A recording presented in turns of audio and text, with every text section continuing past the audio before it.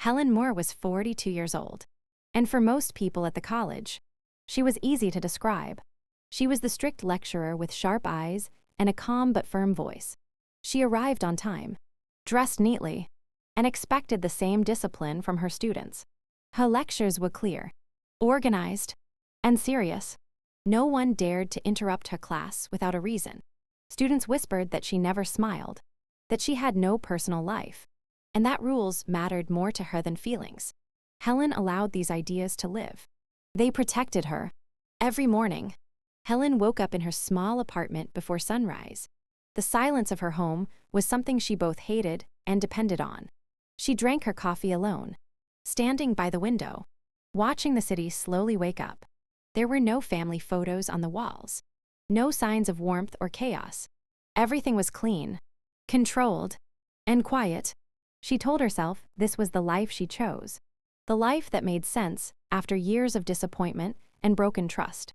At the college, Helen became someone else. She walked through the hallways with confidence, her heels echoing on the floor. Colleagues respected her professionalism, though few truly knew her. Conversations stayed formal. She avoided personal topics and never joined casual gatherings after work. It was easier that way. If no one came close, no one could see the cracks she worked so hard to hide. In the classroom, Helen felt powerful. Knowledge was her shield. Standing in front of young minds reminded her that she still mattered, that her life had purpose.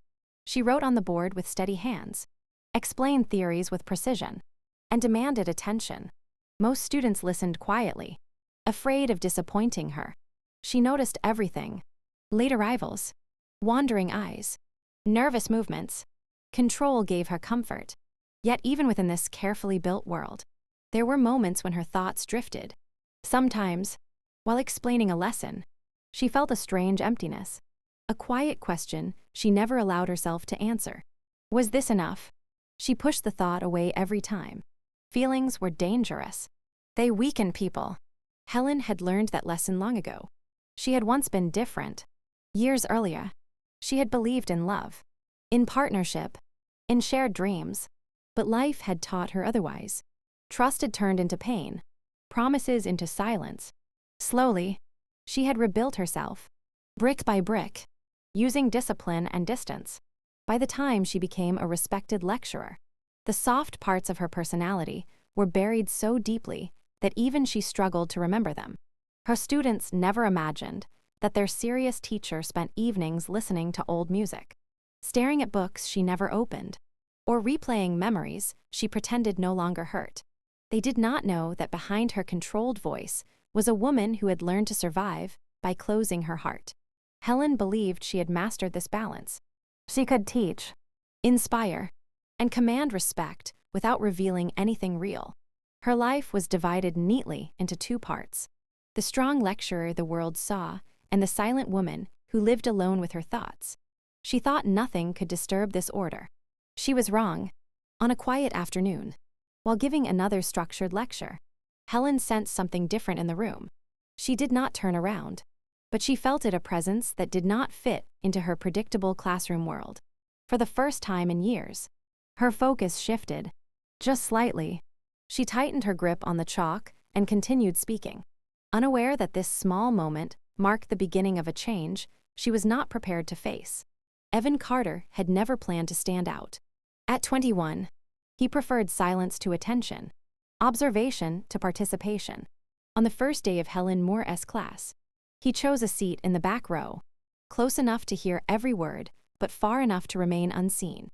From there, he could watch the rhythm of the classroom without becoming part of it. He noticed things others missed, and from the moment Helen began speaking, he sensed there was more to her than the strict image she presented.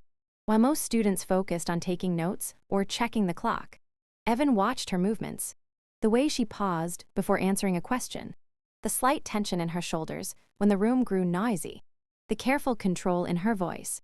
She was not cold. He realized she was guarded. That understanding drew his attention again and again.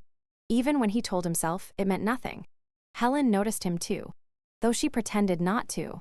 From the corner of her eye, she was aware of the young man in the back who never raised his hand yet never looked away. His presence unsettled her.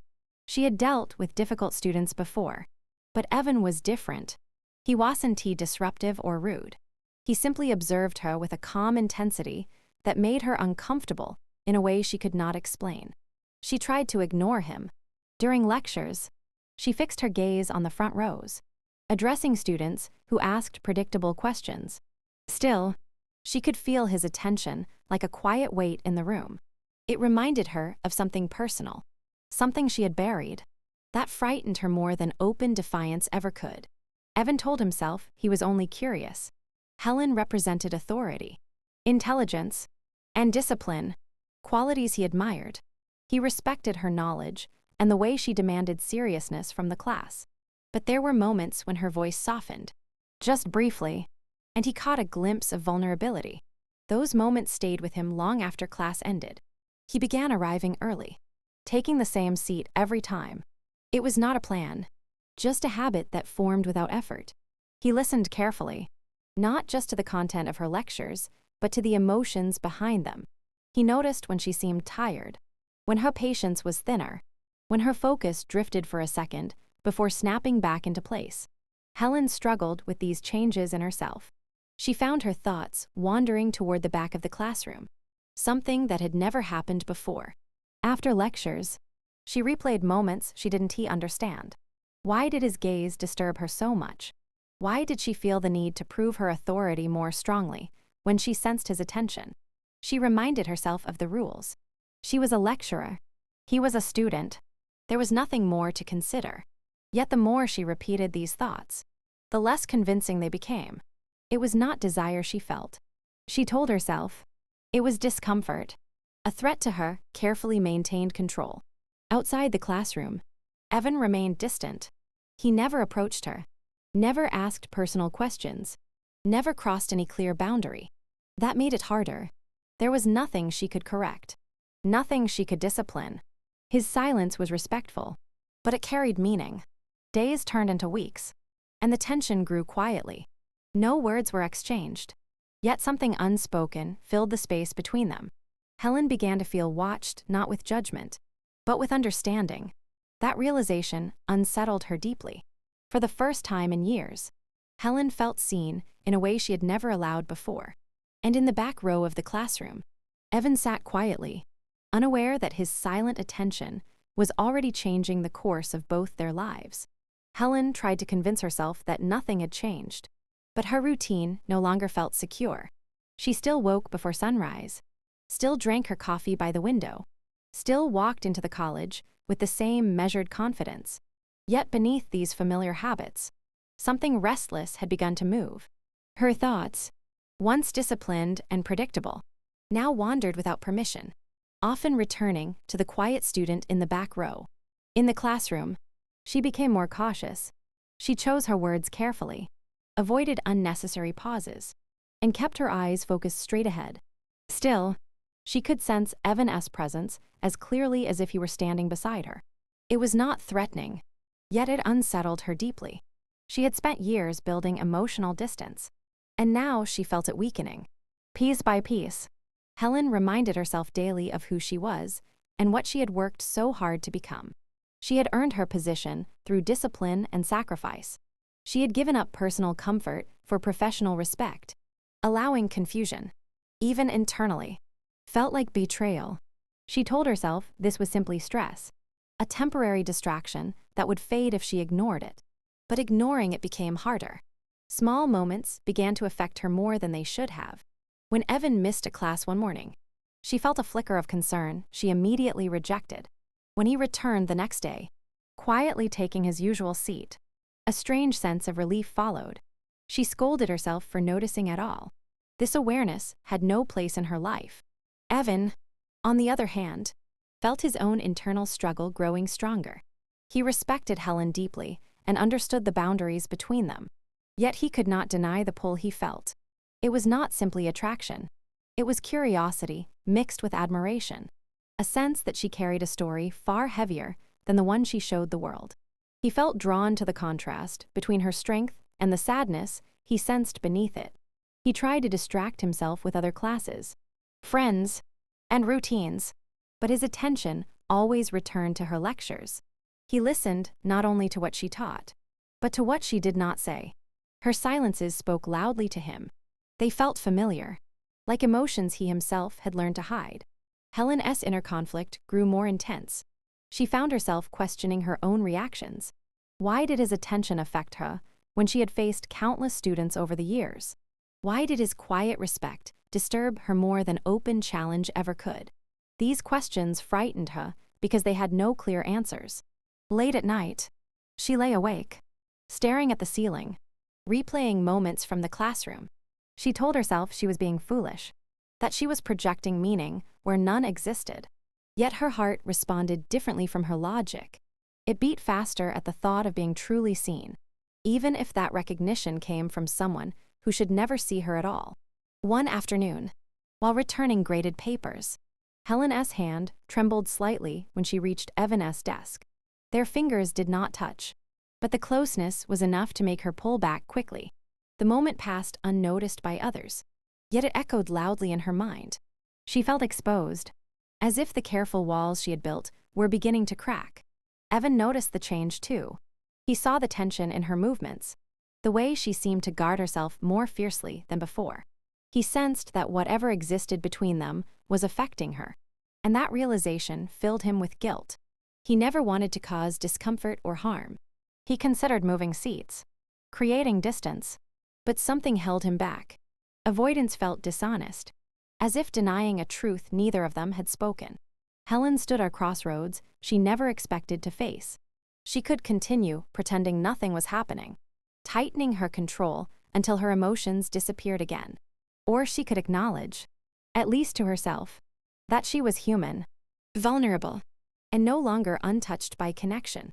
For the first time in years, Helen realized that control had protected her, but it had also isolated her. And as she faced that truth, she understood that resisting her emotions might cost her more than confronting them ever could. The tension that had grown silently between Helen and Evan could no longer remain contained within the walls of the classroom. It followed Helen into the hallways, into faculty meetings, and back to her quiet apartment each evening.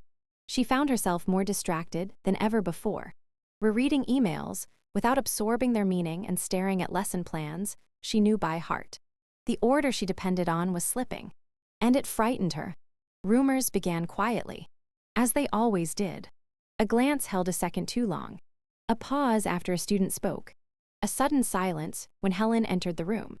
Nothing concrete, nothing she could confront, yet she felt the weight of judgment pressing in from all sides. She had spent her career protecting her reputation, and now the fear of losing it tightened around her chest. The idea that anyone might misunderstand her intentions filled her with shame and anger. Even though she had done nothing wrong, Helen became stricter than ever. Her grading grew harsher, her tone sharper. She convinced herself that discipline would restore balance, that professionalism could erase the confusion she felt inside. Yet this only made her exhaustion worse. The more she tried to suppress her emotions, the louder they became. At night, she sat alone, staring at the city lights, wondering how her life had reached this fragile point. Evan sensed the shift immediately. He noticed how Helen avoided the back of the classroom now, how her voice sometimes hardened when he spoke, even if his questions were respectful. Guilt settled heavily on him. He never intended to be a disruption in her life. He admired her too much for that. The thought that he might be causing her distress made him uneasy and restless. He considered withdrawing from the class altogether. It seemed like the responsible choice, the easiest way to end whatever unspoken connection existed between them. Yet something inside him resisted. Leaving would not erase what had already been felt. It would only turn it into another unanswered question, another quiet regret. One afternoon, after class had ended and the room slowly emptied, Helen noticed Evan lingering at his desk. Panic rose in her chest. She gathered her papers quickly, telling herself to leave before anything happened. But when she looked up, their eyes met for a brief moment. There were no words, no gestures, only a shared understanding that something fragile stood between them. Evan broke the silence first, his voice calm and careful. He apologized if his presence had ever made her uncomfortable. The simplicity of his honesty caught Helen off guard. She had prepared herself for confrontation, for defense, not for respect. His words held no demand, no expectation, only concern. Helen struggled to respond. Every instinct told her to retreat, to reassert authority and end the conversation. Yet another part of her, quieter but stronger than she expected, wanted to acknowledge the truth. She chose her words carefully, reminding him of boundaries and responsibilities, of the importance of professionalism. Her voice was steady, but her hands trembled slightly as she spoke. Evan listened without interruption. He accepted her words, nodded, and assured her he understood. He promised nothing would change, that her comfort and position mattered more than anything else. There was relief in his response, but also sadness. Helen felt both at once. When he finally left the classroom, Helen remained standing at the front. Alone, the room felt larger, emptier. She realized then that what frightened her most was not scandal or judgment, but the possibility of losing a connection that had made her feel alive again, even briefly. That evening, Helen walked home slowly, her thoughts heavy. She understood now that emotions could not simply be controlled into silence. They demanded acknowledgement, even if they could never be acted upon. She had spent years believing strength meant isolation. Now she questioned that belief. Evan, too, reflected on the encounter. He felt relief that he had spoken honestly. Yet the distance he accepted felt like a quiet loss. He knew the line between them could never be crossed, but he also knew the connection had changed him. It had shown him the power of restraint, respect, and unspoken care. Both Helen and Evan returned to their separate lives, carrying the weight of that moment. Nothing visible had changed, yet everything inside them had. They stood on opposite sides of a boundary that would remain intact, even as the emotions behind it continued to shape them in ways neither could ignore. Time passed, and with it came a quiet acceptance that neither Helen nor Evan had expected. The intensity that once filled the classroom softened, not because it disappeared, but because it found its proper place.